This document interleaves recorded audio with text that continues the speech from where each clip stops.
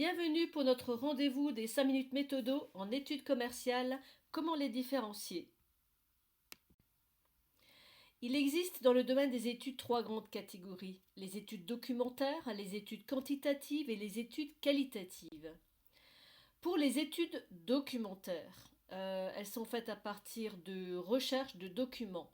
Il s'agit donc de collecter des informations, de les traiter, Word, Excel, et de les exploiter en vue d'une prise de décision éclairée. En quelque sorte, une veille ponctuelle, une aide à la prise de décision pour une entreprise. Les sources d'information peuvent être trouvées en interne, auprès des services concernés, des fournisseurs ou des abonnements professionnels. Pour l'étude, par exemple, d'une zone de chalandise, la collecte des données se retrouve sur l'INSEE. Pour une étude de marché, les sources sont abondantes et accessibles sur des sites spécialisés. Les études commerciales, le saviez-vous, sont catégorisées en plusieurs couleurs. On parle d'informations blanches, elles sont gratuites et accessibles. On parle d'informations grises qui sont plutôt des informations dites stratégiques, et des informations noires, celles qui sont vraiment non officielles. Une information donc qui est retraitée une seconde fois est appelée une information secondaire. Les études dites quantitatives ont besoin d'un maximum de répondants. Et ensuite, on en fait avec ces réponses des traitements statistiques. Donc, nous exploitons des données chiffrées. On y retrouve dans ces catégories-là les sondages. Ce sont des études ponctuelles qui nécessitent au minimum 60 répondants. Nous avons les baromètres qui sont des sondages répétitifs auprès de répondants différents.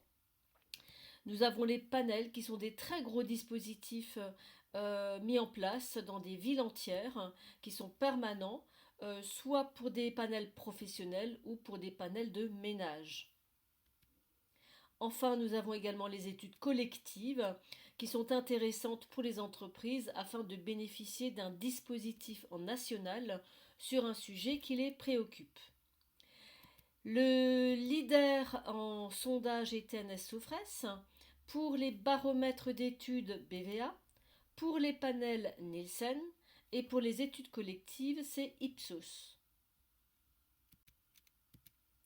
Les études dites qualitatives, maintenant, elles sont destinées à des petits groupes, pour des réunions ou pour des brainstorming, par exemple, en entreprise.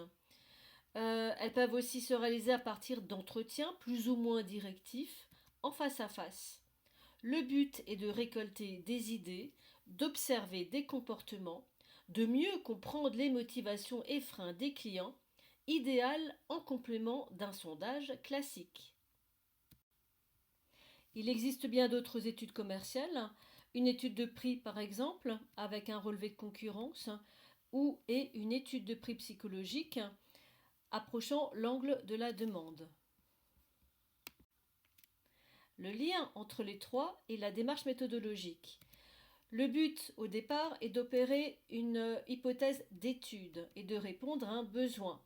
Une première recherche documentaire peut être faite pour cibler les informations utiles, de consolider par une étude quantitative et enfin d'approfondir quelques points par une approche qualitative. Mais avant tout, il va falloir opérer un choix pertinent, que ce soit documentaire, quantitatif ou qualitatif, ou les trois. Le but est de répondre à un problème, soit la méconnaissance de la clientèle, l'évolution des tendances du marché, l'arrivée d'un nouveau concurrent. Définissez le contexte et répondez à un besoin.